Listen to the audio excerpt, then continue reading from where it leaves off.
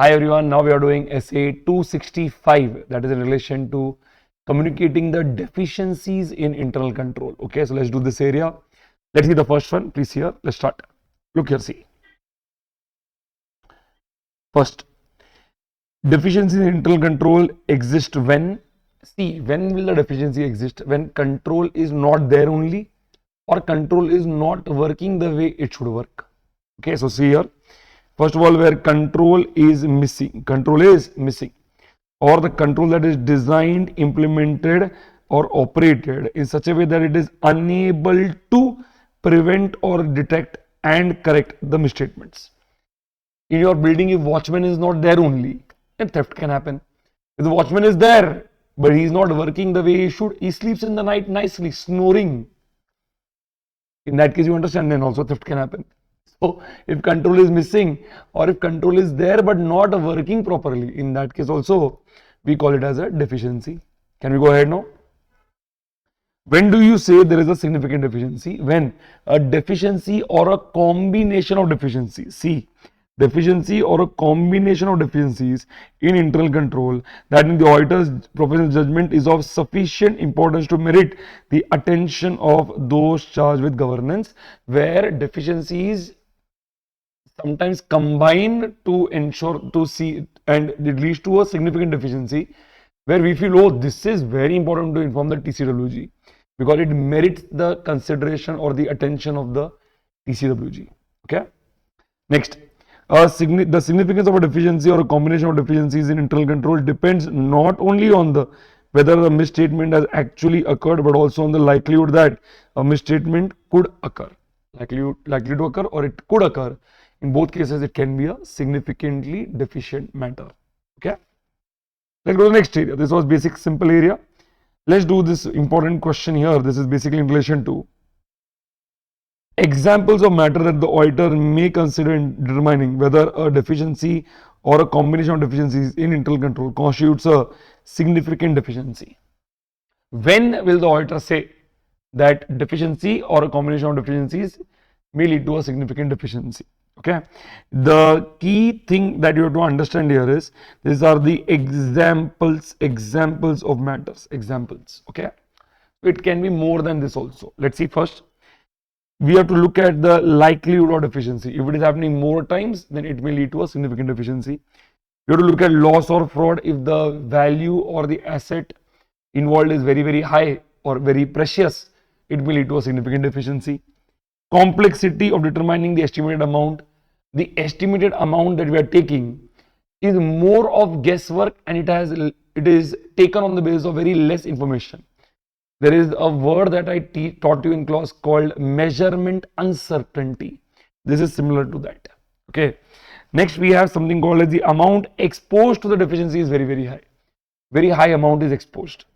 Next, you have volume of activity is such that a mistake can occur. But a mistake, if it occurs in 1 crore transactions, then the volume is such that it leads to significant deficiency. Okay. Next area, the importance of controls to the financial reporting process. For example, they are given here some controls if they are not working properly. Crucial, important controls. Example, the monitoring control of the entity. Whether the entity is working properly or not, the person or the system that monitors it, that is only not working properly, that may lead to a significant deficiency. Or the prevention and detection of fraud. Imagine this not working properly. Next, significant accounting policies, their application or selection is not properly done. So if this control is not working properly, it may lead to a significant deficiency.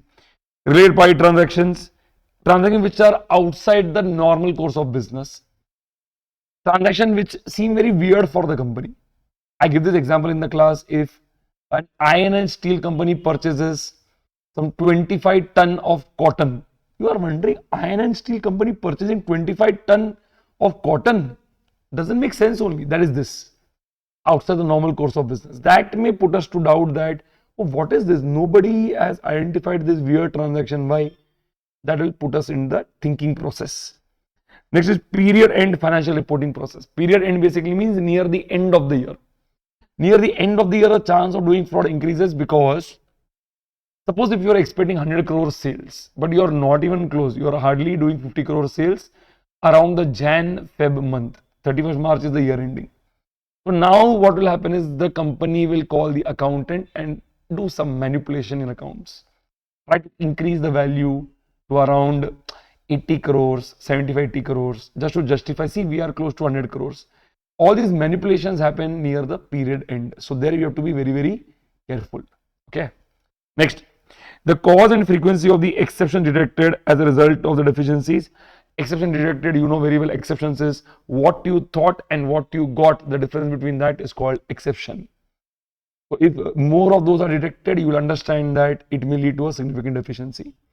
And finally, if one deficiency interacts with another deficiency, it may lead to a significant deficiency. Please see here that the interaction of the deficiency with other deficiencies. Are you there with me, yes or no? Comfortable? Okay. Let's go to the next question. Please see here. Examples of indicators of significant deficiencies. Indicators. This is not a sure shot thing. This is when you will doubt, oh, there can be a significant deficiency. Let's see this. In this, I have a simple diagram for you. Please see here.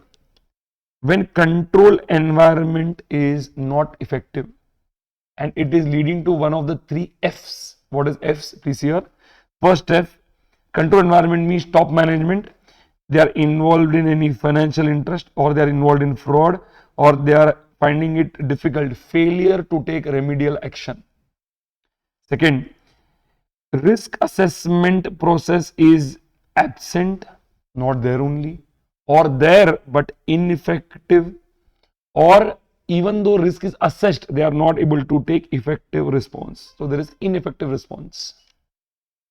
Next, internal controls are not able to prevent material misstatements or issues. Internal controls are not able to detect and correct misstatements. Okay. Next, the control environment, financial statement is unable to oversee the preparation of FS. The control environment, top management is not able to oversee the preparation of the financial statements. How the transaction goes from transaction, journal, ledger, trial balance, then goes into financial statements. They are not able to oversee. There is no control. And last, inclusion of prior period items leading to error or fraud. Last year, some issues are there leading to issues in the current year. You understand here, this is how it works. This is regarding indicators. Okay. Last but not the least, last question in this standard and this chapter also. Let's go for it. Please here. This is communicating of significant deficiencies. How do you communicate? See, significant deficiencies will inform the management and TCLOG both. Any other deficiency will inform only the management. It is not worth it to inform the TCLOG. So same thing they have given. See, communicate with TCLOG. What will you communicate? You will communicate the significant deficiencies. What will you communicate with the management? You will communicate significant deficiencies also and other deficiencies also. Comfortable? Whenever you communicate, communicate with some description. Correct? No, some detailing you will give. You should give the detailing in such a way that they understand the matter after reading it. So they get the context. See this? Sufficient information to enable those charged with governance and management to understand the context. Context basically means the reasoning behind it. What is the actual matter? They should come to know about it by reading the description. Okay. Last but not the least, the auditor's main job in audit is to reach the RA level and to report as per the standards on auditing.